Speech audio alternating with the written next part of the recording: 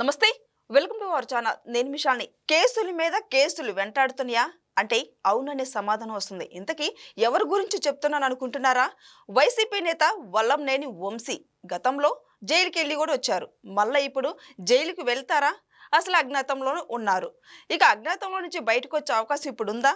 ఇలాంటి అంశాలను చర్చించే ముందు స్టూడియోలో ఉన్నారు పొలిటికల్ అనలిస్ట్ శ్రీలీల గారు ఉన్నారు. వారిని అడిగే విషయాలను తెలుసుకునే ప్రయత్నం చేద్దాం. నమస్కారం మేడం. నమస్తే అమ్మా. మేడం, వల్లంనేని వంశీ గతంలో జైలుకి వెళ్ళింది మనం చూసాం. జైలుకి వెళ్ళి వచ్చిన తర్వాత కూడా ఆయన మీద మళ్ళీ కేసుల మీద కేసులు వెంటాడుతూనే ఉన్నాయి. కానీ ఇప్పుడు మళ్ళీ ఎక్కడ అరెస్ట్ చేస్తారా అని చెప్పి అజ్ఞాతంలోకి వెళ్ళిపోయారు.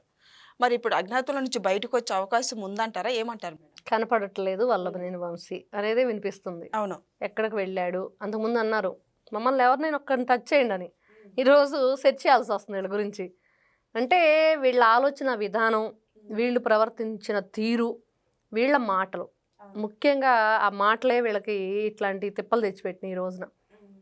ఎందుకంటే వల్లభనేని వంశీ, కొడాలి నాని, ఆ బూతుల పురాణం, అసలు వాడెవడు వీడెవడు జగనన్న కడ్డేవాడు అన్నట్లుగా వీళ్ళు కూడా మాకు ఎవరున్నారు అసలు ఎదురు, మేము ఏదైనా చేస్తాం, ఎవడిస్తానన్నాడు సన్న బియ్యం అని చెప్పేసి మాట్లాడాడు కదా.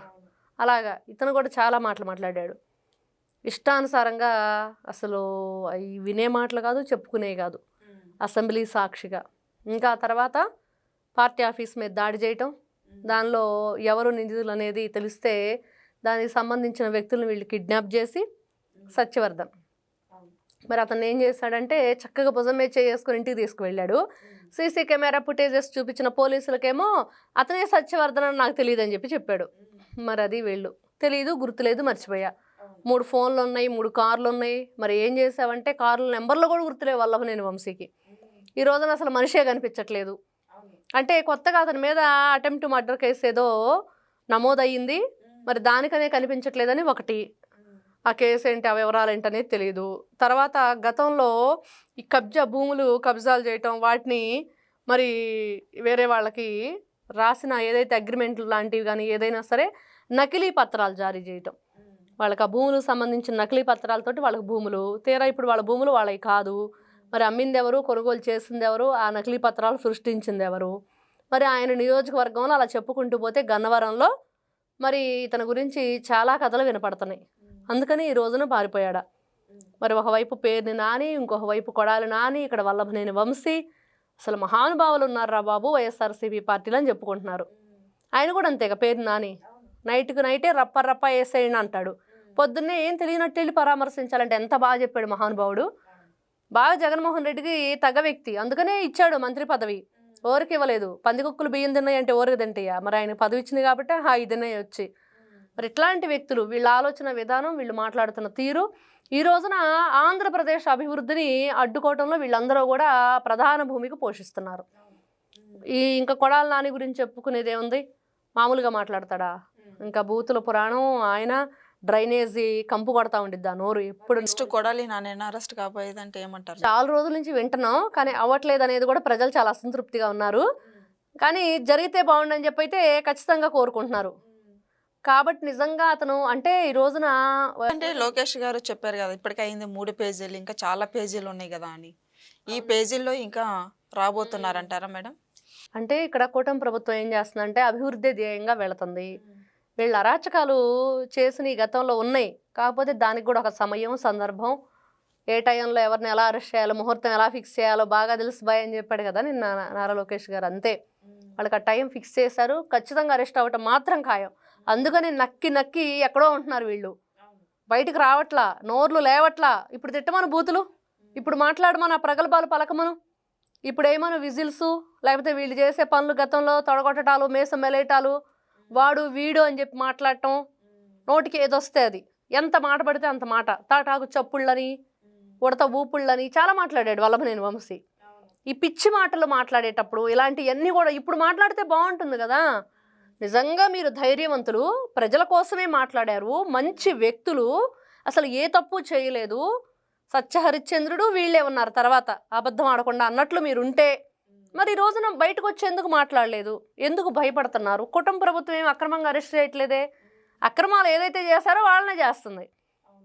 మరి కాబట్టి దాన్ని ఈ రోజున ప్రజలు కూడా అదే ఆలోచించారు కాబట్టి ఎవరు ఈ రోజున ఇంత దుర్మార్గంగా పరిపాలన అందించింది 2019 నుంచి 24 వరకు అనేది ప్రజలకు తెలిసింది కాబట్టి వాళ్ళు విసిగి వేసారిపోయారు కాబట్టి వీళ్ళు 11కు పరిమితం చేశారు. 11కు పరిమితం చేస్తే ఏం చేశాడు జగన్మోహన్ రెడ్డి? మరి ఈ రోజున బుద్ధి తెచ్చుకున్నాడా అంటే అది లేదు. మేడం ఈరోజు సాక్షి మీడియాలో సాక్షిలో రాశారు, డమ్మీ హోమ్ మినిస్టర్ని పెట్టుకొని రాష్ట్రానికి ఏం చేసింది లేదు, ఒకటి చేయబోయి ఇంకొకటి చేస్తుంది, ఆమెకి ఇచ్చిన పదవి ఏంది, ఆమె చేసేది ఏందని మాట్లాడుతున్నారు. ఈ రోజున అవును నిజమే, ఆమెకు చేత కావట్లేదు. నిజంగా చేసి చూపించాలంటే ఒక్కొక్కరు ఈ రోజున మాట్లాడే వాళ్ళు ఎవరుండరు, లోపలేయాలి అంతే కదా. ఈ రోజున హోమ్ మినిస్టర్ గారు ఆవిడ పని ఆవిడ చేసుకొని వెళ్తుంది కాబట్టి మీరు అలా మాట్లాడుతున్నారు. అలా కాకుండా మీరు కక్షపూరిత రాజకీయాలు మీలా చేయటం చేతకాక మీలాగా గతంలో మాట్లాడినట్టు 1-2 రేపులకేనా ఏం జరిగిందని చెప్పేసి మీ హోమ్ మినిస్టర్ మాట్లాడినట్టు మాట్లాడలేదుగా ఆ రోజున. ఆ రోజున ఆవిడేం మాట్లాడింది? ఒక మహిళ ఆ రోజున హోమ్ మినిస్టర్గా ఉండి ఏం చెప్పింది? ఎవరికి రక్షణ కల్పించింది? గంజాయి బ్యాచ్కి మరి పోలీసుల నుంచి ఎట్లాంటి ఇచ్చేసింది ఆవిడ? ఏమీ లేదు, విచ్చలవిడిగా పండించుకున్నారు గంజాయిని. మాదక ద్రవ్యాలను ఏర్లై బారించాడు. ఈ మధ్యమత్తులో మనుషుల్ని ఏ విధంగా సర్వనాశనం చేశాడో చూసాను జగన్మోహన్ రెడ్డి. వీళ్ళ పేపరు అదొక అసలు ఏం చెప్పాలో కూడా అర్థం కాదు. టిష్యూ పేపర్గా కూడా ఎవరు యూజ్ చేయరు దాన్ని. ఇంకా అలాంటి పేపర్ పెట్టుకొని ఆ పాంప్లెంట్ వాళ్ళది ఏంటంటే వైఎస్ఆర్సీపీ పార్టీకి అది కేవలం కరపత్రం.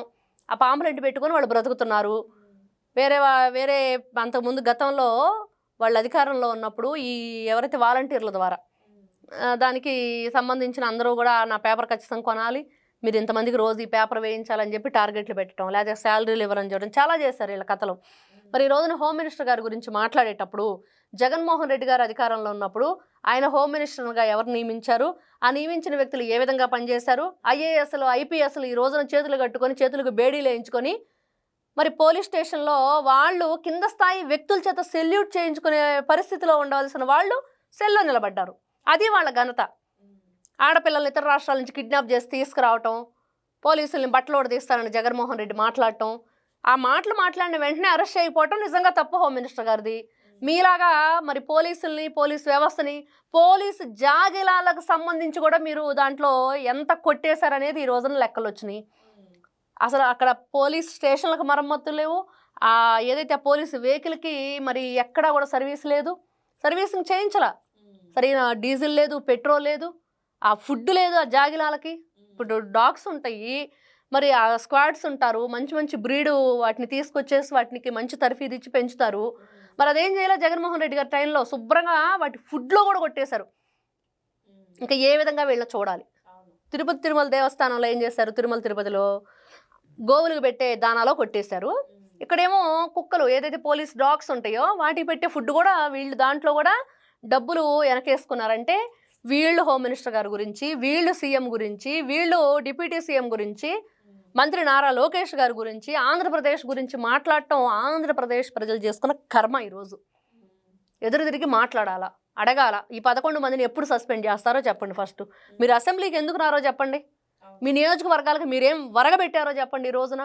ఈ రోజున కూటమి ప్రభుత్వాన్ని పక్కన పెట్టండి. వాళ్ళ పని వాళ్ళు చేసుకుంటున్నారు, వాళ్ళ అభివృద్ధి వాళ్ళు చేసుకుంటున్నారు, వాళ్ళు ప్రజలకు ఏం చేయాలో వాళ్ళు చేస్తున్నారు. ప్రజలు ఎవరు ఈ రోజున మాట్లాడట్లేదు.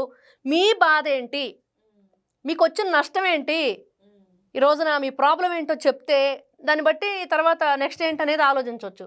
మొన్న జగన్మోహన్ రెడ్డి గారు ఇటీవల అదే పోలీసులు రిటైర్డ్ అయినా సరే సప్త సముద్రాలు దాటని తీసుకొస్తా ఉన్నారు. సేమ్ రిపీట్ ఇప్పుడు కాకాని గోవర్ధన్ రెడ్డి చేస్తున్నారు. సేమ్ రిపీట్ కాదు, అసలు ఆ స్క్రిప్టే కాకాని గోవర్ధన్ రెడ్డిది. ఫస్ట్ టైం వైఎస్ఆర్సీపీ పార్టీ నుంచి పోలీసులకు వార్నింగ్ ఇచ్చింది కాకాని గోవర్ధన్ రెడ్డి. మీడియా సాక్షిగా ఏం చెప్పాడు? పోలీసుల్ని బట్టలోడిది సమాజం ముందు నిలబెడతానని చెప్పిందే కాకాని గోవర్ధన్ రెడ్డి. మరి ఈయనెక్కడ బట్టలు లేకుండా పోలీసులు దొరికాడంటే ఏదో ఫస్ట్ స్పా సెంటర్లో ఈయన మాట్లాడతాడా పోలీసుల గురించి? వీళ్ళు చెప్తారా? మళ్ళీ ఈ స్క్రిప్ట్లు వీళ్ళు మాట్లాడేవి, వీళ్ళ మీద సరైన చర్యలు తీసుకోవట్లే హోమ్ మినిస్టర్ గారు. మరి ఈ రోజున సాక్షి ఏదైతే పేపర్లో రాసిందో, ఛానల్లో చెప్పిందో దానికైనా రియాక్ట్ అయ్యి ఎందుకు ఇలాంటి రాతలు రాస్తున్నారు, మరి ఇలాంటి మాటలు మాట్లాడుతున్నారు, దానికి ఎలాంటి చర్యలు ఉంటాయి, ఆ సెక్షన్స్ ఏంటో త్వరగా తీస్తే అందరూ ప్రశాంతంగా ఉంటారు.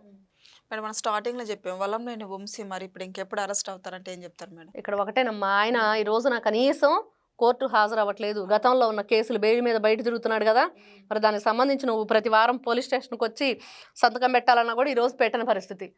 మరి ఎక్కడని వెతకాలి? ఈ రోజున టచ్ చేయండి అన్న వ్యక్తి టచ్లో లేకుండా వెళ్ళిపోయాడు పోలీసులకి. మరి ఇప్పుడు ఆయన టచ్లో రావాలంటే వీళ్ళు ఎక్కడెక్కడ వెతకాలి, ఏం చేయాలి, ఎక్కడున్నాడో కూడా తెలియని పరిస్థితి. వీళ్ళు ఏంటంటే జగన్మోహన్ రెడ్డిని ఏదో చేస్తాడు, 25 సంవత్సరాలు 30 సంవత్సరాలు సీఎంగా ఉంటాడని చెప్పేసి అసలు ఎవ్వరూ కూడా మేము ఆడిందే ఆట పాడిందే పాట.